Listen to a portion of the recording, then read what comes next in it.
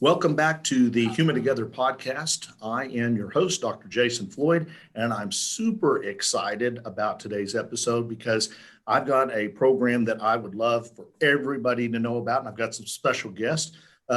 Dr. Olivia Hester, who is the Program Director of Aggie Achieve at Texas A&M. So without further ado, I'll introduce her, and you've actually got a student in the program as well. Yeah, so hello, I'm Dr. Hester, Program Director for Aggie Achieve at Texas A&M University. So Aggie Achieve is a 4-year comprehensive transition program for young adults with intellectual and developmental disabilities to have the full college experience and to work on their employment skills so they can have gainful employment when they graduate and a career that they are passionate about. And I'm super excited that Matthew Carrizal has also jumped on the call with us. He is a sophomore here, so I'll let him introduce himself about where he's from and what he likes so far about Aggie Achieve. All right. I am Matthew Carrizal. I'm from Houston, Texas, from an area close to Hobby Airport, and I'm a sophomore here in A&M my second year, and I'm currently working at the TMAU Hotel and Conference Center in the kitchen as a dishwasher. Excellent. Well, I'm glad to have both of you on the show today, and I'll have questions for both of you. So, Dr. Hester, tell me a little bit of how this works and how it got established at Texas A&M. Yes, definitely. So, back in 2017, Dr. Carly Gilson arrived at the university as an assistant professor in the College of Education Human Development in the Department of Educational Psychology. And she graduated from Vanderbilt, and they have a program called Next Steps. And so when she arrived on campus, she realized the real need in Texas for programs like Aggie Achieve. And so she started trying to work on getting a program here. And then then I got hired on in July of 2019. And then we welcomed 5 students in August of 2019. So this is only our second year, and it is a 4-year program. It took some time to get started. 1, to make sure that all the groundwork was laid, and then 2, funding. So when we originally started, we were really based off of student tuition and private philanthropy and donations. We did receive a pretty large grant from HEB Tournament of Champions. So everyone should go get their groceries at HEB. But we also had just an outpour of help from former students who donated to the program, as well as just the campus at large, being extremely welcoming and accommodating and starting this program. I have to say, that's been very welcoming because everyone here, if something comes up, departments will say, well, what can we do to fix it? Not, well, it just can't be done. And so that's been really nice here on campus. I came from a similar program at the University of Alabama called Crossing Points. And so there are other programs out there in the country. There's actually a lot. But this is the first 4-year fully inclusive residential program in the state of Texas. And our next big step is to hopefully welcome new programs to Texas. So Texas A&M at San Antonio is starting a program. They're starting an 18-month program. And then the University of North Texas is also starting a 4-year program. You guys are at the forefront of something really great opportunities. Now, you mentioned this before. Is there a national network of these, or is there, a resource that you can go to nationally for some of these programs across the country? Yes, absolutely. It's at thinkcollege.net. It's a wonderful resource for families, educators, students with intellectual disabilities. It lists all of the programs throughout the country. And so when you go to that website, they have a wonderful US map. You can click on the different states. You'll see that Texas has 13 programs listed, but some of those programs are 2-year programs or non-certificate programs. Also, when you go to that website, you'll notice something called Comprehensive Transition Program, which is CTP. And that's a a designation from the U.S. Department of Education that programs can apply for that meet certain standards that then their students can apply for federal financial aid. And so that's something that we were able to secure this past year. And so now our students can receive financial aid. And that's kind of the, I guess, gold standard for these type of programs because you do have to meet a pretty rigorous checklist of things. It sounds like an awesome, and I'm glad you guys are definitely doing this. Matthew, this question is for you. Tell us, why did you get started? Why did you want to join the Aggie Achieve program? And tell us a little bit about your experiences.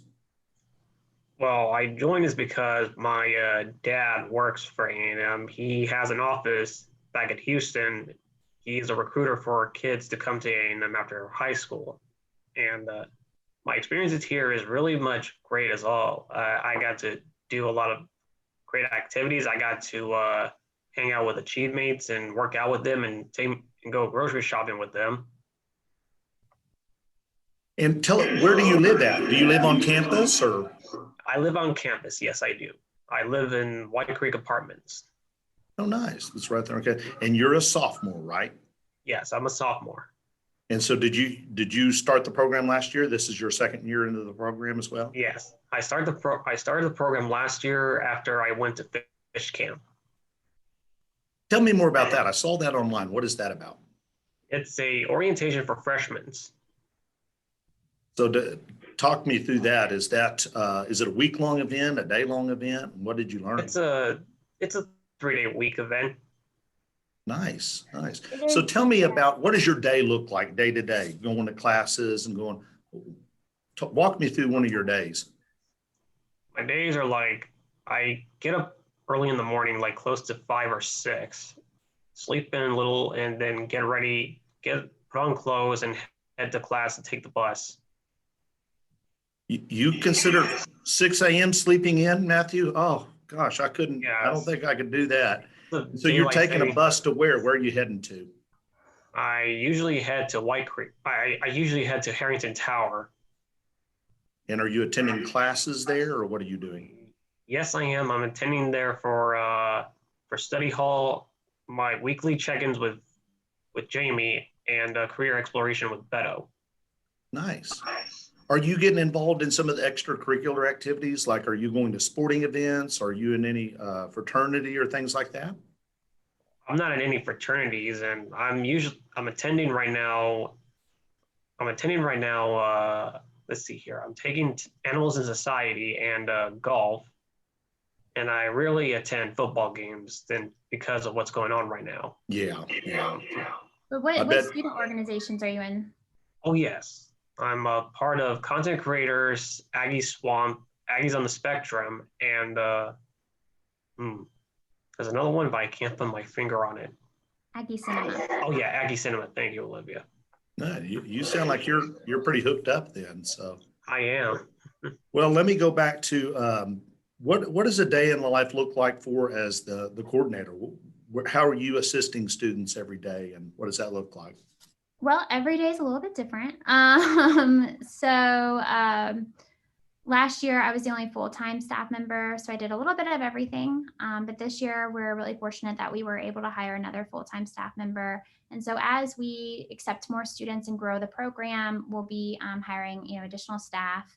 But every day is a little bit different. So I oversee admissions, eligibility, the collaborations here on campus, such with professors, offering their courses to our students, as well as employment internships. And I also oversee our staff, and our program coordinator does a lot of the day-to-day with the students, as well as she's like the liaison with our student organization called Aggie Achieve Mates. Which is a really unique part of our program. So Aggie Achieve Mates is our student-run, Texas A&M recognized organization here on campus. And it is undergrads and graduate students who just want to get involved with our students, who want to form natural relationships with them and friendships. And so currently we have over 150 undergrads and graduate students who are involved with our students. So each student has what we call a circle of support, which means they have anywhere from 5 to 10 different Achieve mates that are designated just to them, that they are friends with, that they go to work out with, that they go to eat with. So they have these different partners. So they have a planner that helps them plan out their week. They have a wellness person who helps them work out. They have general members that will take them like to the grocery store, or to the bank, those type of things. And that's been a really unique aspect of our program because, we don't offer these students anything. It's not like they're getting paid or getting any volunteer hours. It's strictly, they just want to be involved. And they value the friendship that they can make. And so that's been really, really neat to see unfold. That sounds like a neat program that benefits a lot of different students. So Matthew, what's been your experience with the Achieve Mates? Do you have a particular person or buddy that kind of helps you out on a regular basis?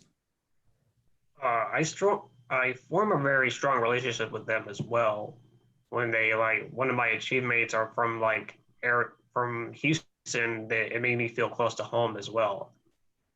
Oh, I bet that kind of helped because you were probably nervous at first, weren't you? Yes, I was nervous at first. Yes, I was. What are some of the activities you've done with your Achieve Mates that you've enjoyed? We've done activities from going to mini golf at Grand Station, going to the Aggie Wildlife Safari. Oh, that sounds fun. And attending the parade in Brownsville. Oh, wow. You do all kinds of fun stuff. I'd like to be a part of that as well. That sounds really awesome. Dr. Hester, you mentioned the interim jobs. Are the people in this program working, or how does that? Yes. They're doing volunteer jobs? Exactly. So a huge part of our program, yes, we want them to have the full college experience. We want them enrolled in Texas A&M courses. But a huge part and the main reason for our program is so that they can graduate and have gainful employment alongside peers without disabilities in a career that they are really passionate in. And so starting their freshman year this spring, so for example, our freshmen now are not in internships, but they will be next semester. So starting the spring of freshman year, they start internships on campus. And these are for 1 credit hour courses. But a lot of these positions, they can also get paid in. And this is, hands-on experience here on campus. So like Matthew said, he's working at the Texas A&M Hotel and Conference Center. We have students working for Levy's Hospitality in Kyle Field, the Rec Center, MSC, drawing blanks on the other ones, Chartwell's here on campus. Kind of, all over Texas A&M Gardens to get different kinds of experience. And so each semester they will have a different internship. For the first 2 years, those internships are here on campus. The last 2 years can be off campus and more specialized areas that they want to go into.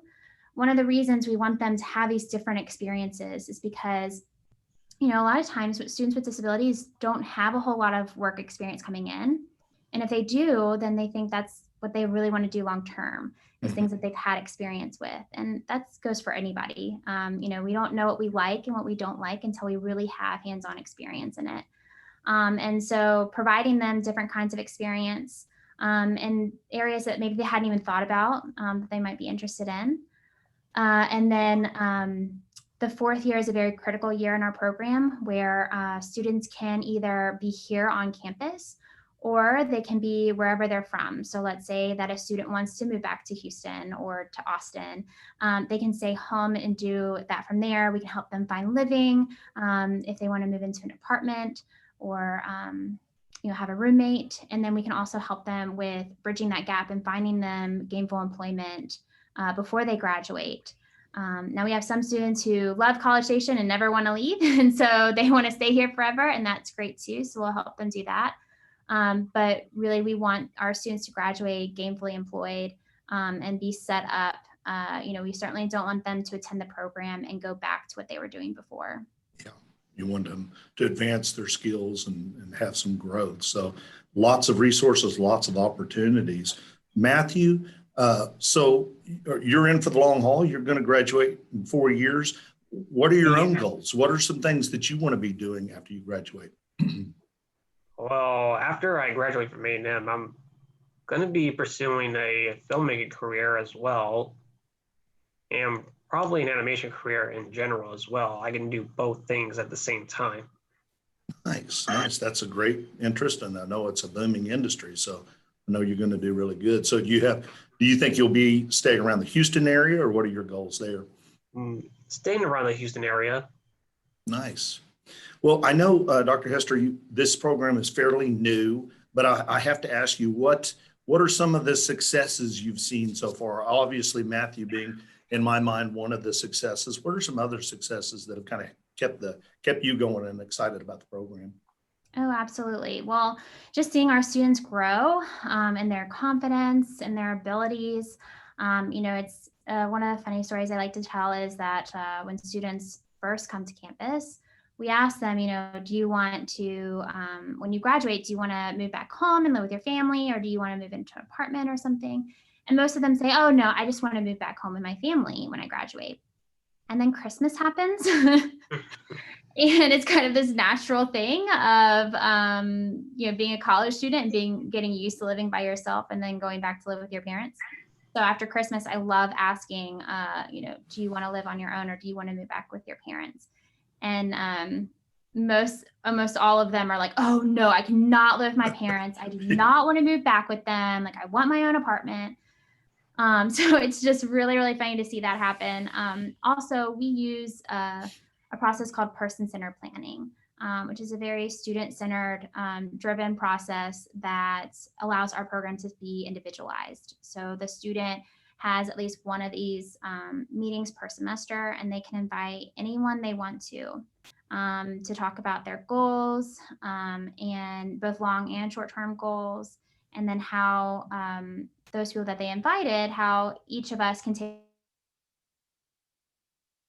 So what's neat is to see their support system grow. So the first one is before they get here on campus, and when you ask them, who supports you, who do you want to invite? Most of them will say, I just want to invite my parents, and that's fine. And then the second meeting, when they've been on campus for a whole semester, I'll ask them, who do you want to invite? Who supports you?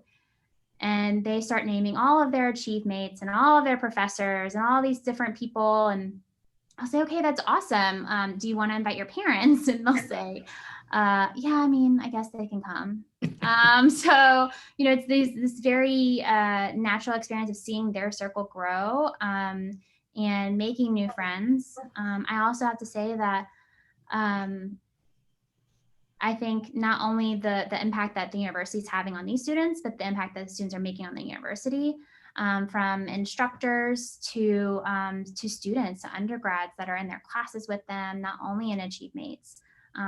We really hope that by Texas A&M students having some experience with our young adults with disabilities, that when they graduate and they are working somewhere, or they own their own business, maybe they'll think about hiring someone with a disability because they've had this experience of working with someone with a disability.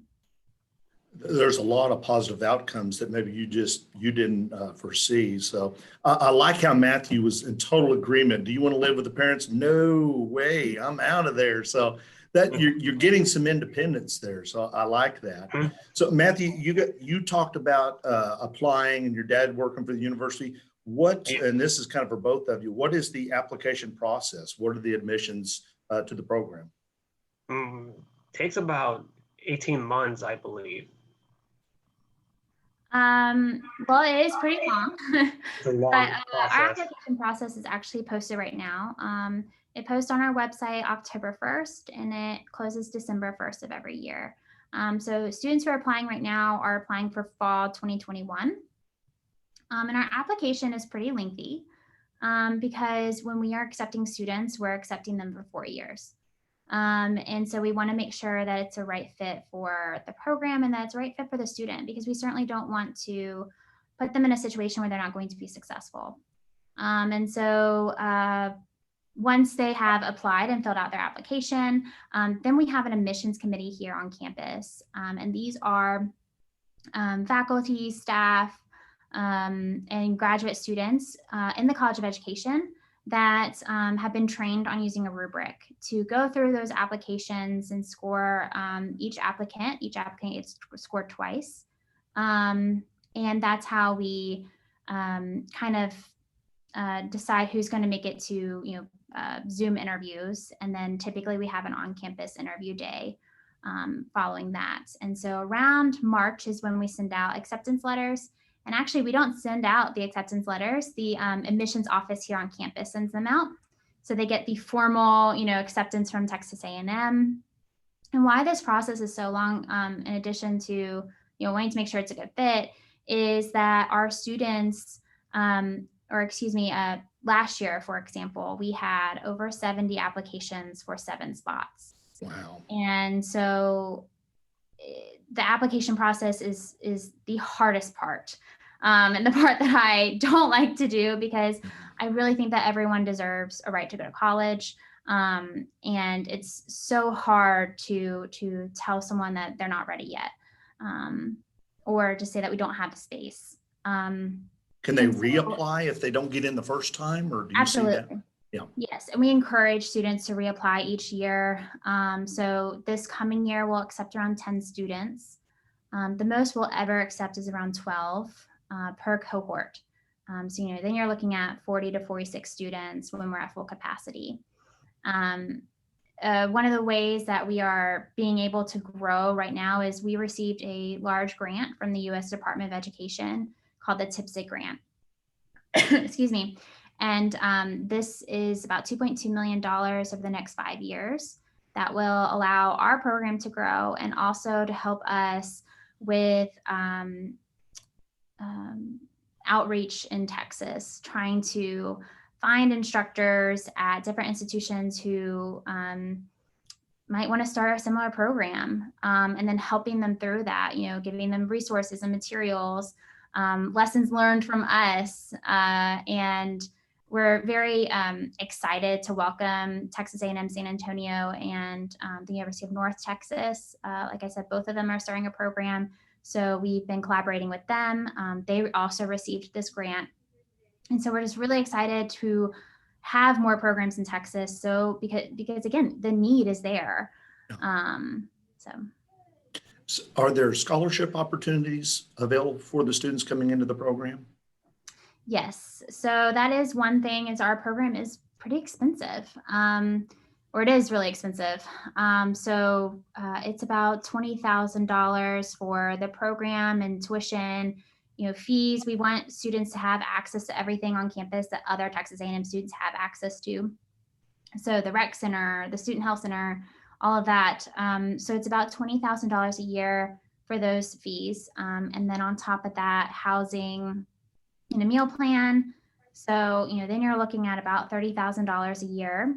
And that's just not doable for most families. So we secured the CTP status, so they are able to apply for financial aid. And then we also are working on endowments. And so actually, Matthew got an endowment from the Houston A&M Club. So he received a scholarship from them. Oh, good. Yeah, I'm glad there's some financial opportunities. So Matthew, I have to ask you, Dr. Hester talked about getting that acceptance letter. When you got yours in the mail, how'd that make you feel? What was your reaction to that? My reaction was surprising as well. And my parents, they were emotional about it as well. Yeah. I bet that was a pretty big day for you then, right? It was a pretty big day. That's awesome. Now, I got another one for you, Matthew, and I hope they're teaching you this in this program. All right. Are they teaching you this early on? You know what that is, Matthew? Yes. What is that? That is like no Longhorns. Are they teaching you that, Matthew?